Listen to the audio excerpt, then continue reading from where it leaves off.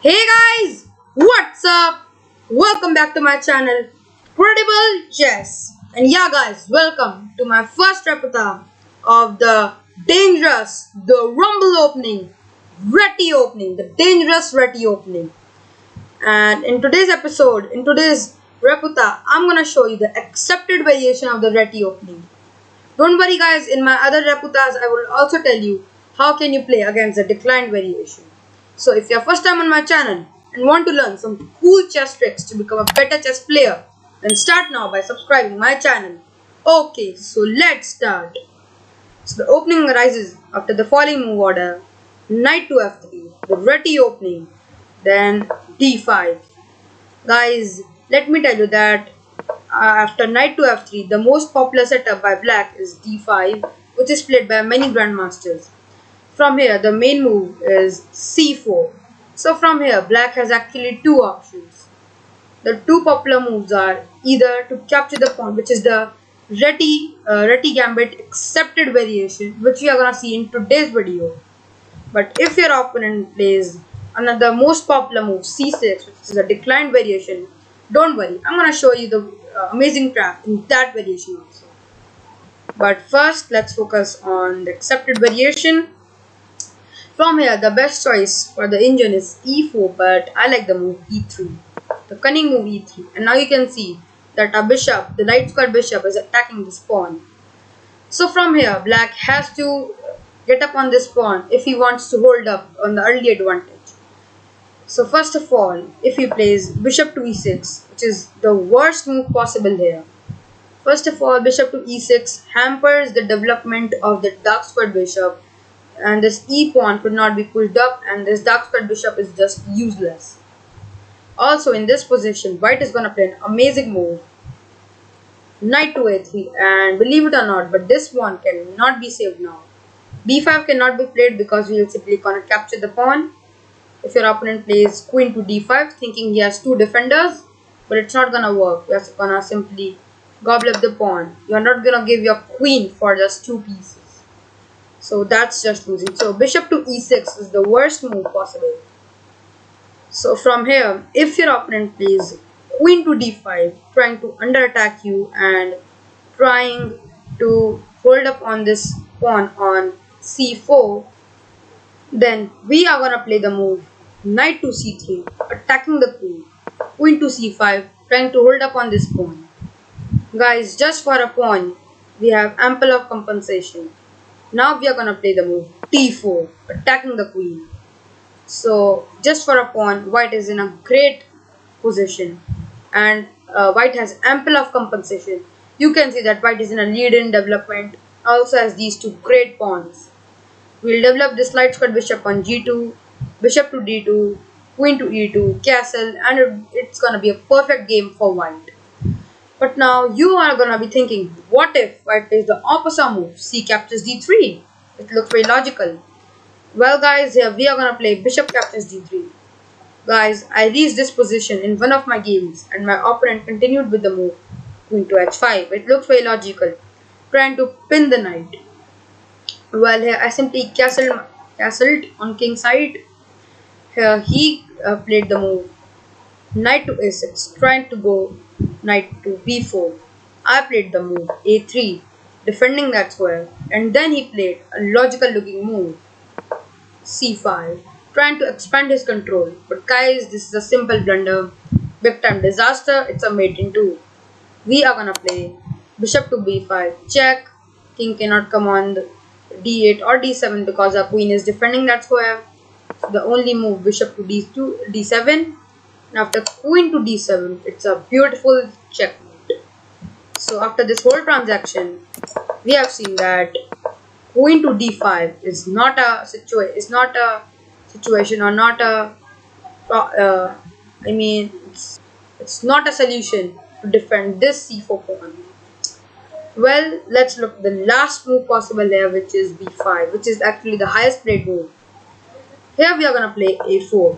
If your opponent captures this pawn foolishly, then we are gonna simply capture this pawn. It's a check, bishop to d7, and then we are gonna capture the c4 pawn also. And you can see that white is in a great attacking position. First of all, this diagonal is open, so we can just play queen to e4 attacking the rook. Also, we have a lead in development. Then we could also play d4, bishop to d2, g3, develop the knight for bishop, castle, and it's gonna be a amazing game for white. So if black wants to hold up on this advantage, then he has to support this pawn. Well, he has some of the moves. Let's discuss each of them. The first move I want to consider is the worst move possible, which is a6. Well, black loses the pawn simply with the move a captures b5. You cannot capture the pawn because it's pinned, and if he captures, then he hangs his rook like this. Thus, this is not possible. The second move I want to consider is c6. Well, here we are going to simply capture this pawn. Pawn captures, and we are going to play a cunning move. Knight to e5. Guys, believe it or not, but it's a very strong move. Well, first of all, our idea is queen to f3, trying to have a checkmate on f7 and also attack the rook. Well, if your opponent plays any random move or any development natural move like knight to f6, then we are gonna play queen to f3 and this poor rook is gone. So the game may continue like this: knight to c6, knight captures c6, and now you can see black is in a great position. Black is in a great troubled position. So if he plays bishop to b7, we are going to capture the bishop. Knight to d7, knight captures d7, knight captures d7, and after the whole transaction, you can see that white emerged as a clear piece up and also a pawn up advantage. But guys, in this position, I like the other move, which is knight to c3. This is much more powerful than that move. So we are attacking this pawn. a6 is not possible with a simple move. Knight captures b5, the pawn's pinned up. We are going to simply capture the c4 pawn and will become a simply pawn up advantage. So the only move possible is bishop to d7, and now we are going to apply the same tactics. Knight to e5. If knight to f6, then queen to f3, knight to c6, knight captures c6, bishop captures c6, queen captures c6, and after the whole transaction, you can see that white emerged as a clear piece of advantage.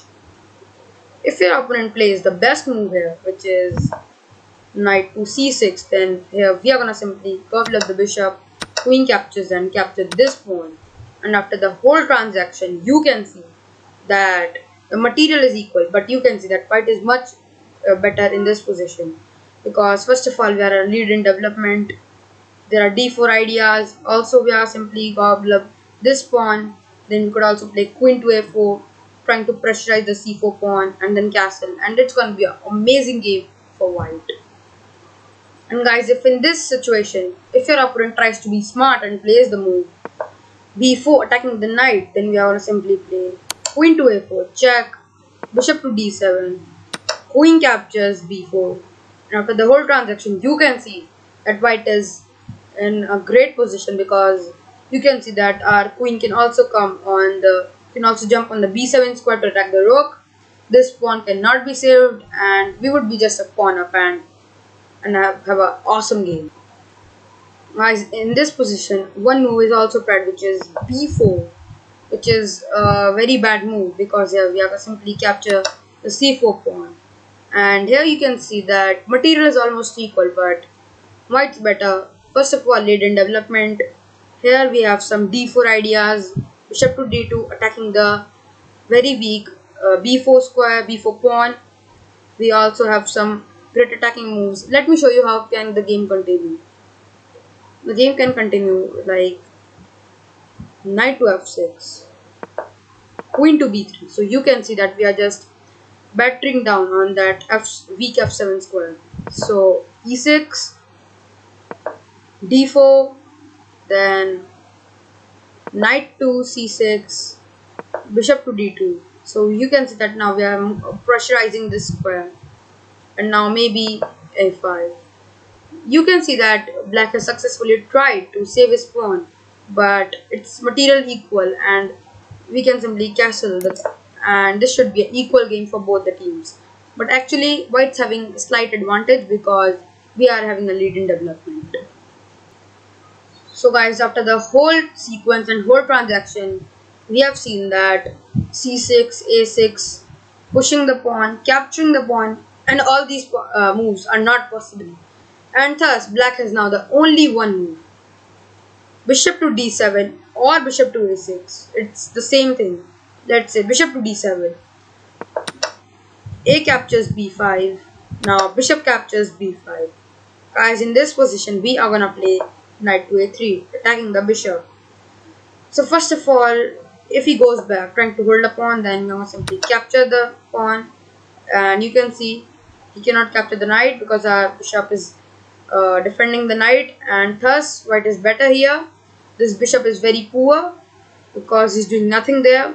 We could go with d4, bishop to d2, queen to c2, and again we are having a lead in development. This should be a very good game for white. Thus, in this situation, black has to support this weak bishop. If he plays a6, a subtle blunder, I am piece up because you cannot capture my knight because it's pinned. The rook would be hung up.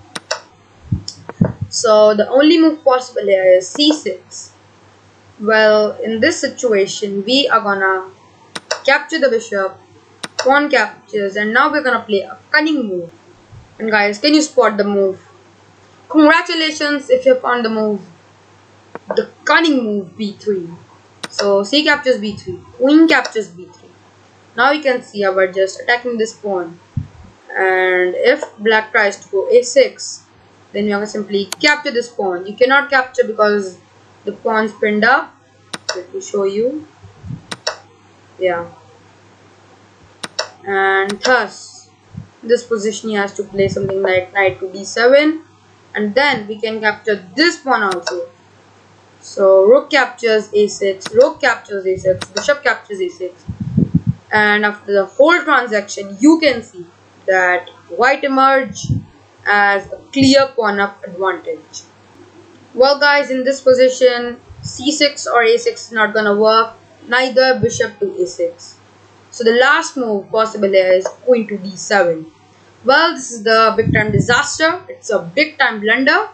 Here we are gonna play knight to e5, and from here white has many great attacking options. First of all, the queen hanging up. This pawn now, this weak pawn cannot be saved much because the knight is attacking that and then knight, and also this bishop is attacking this weak pawn.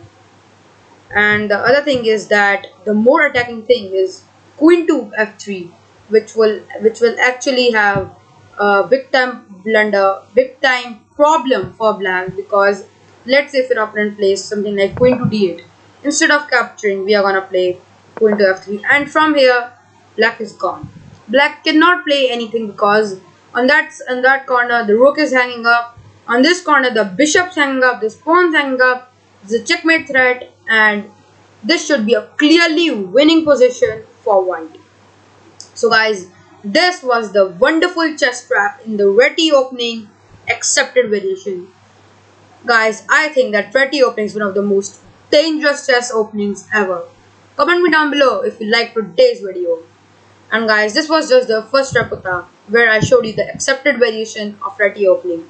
Don't worry, in future I'm gonna show you other many strong replicas where you can have a complete surprise weapon, the Reti opening as your weapon. So after I will complete all my replicas, I am sure that now you can defeat all your players. Well, today I'm sure that you can defeat your players if they play the Reti opening accepted variation. Guys, that's all for today. I hope you enjoyed today's video. Like the video, subscribe to my channel, and comment down below what type of videos you all want. And yeah guys, stay safe, stay healthy, and keep watching Incredible Chess.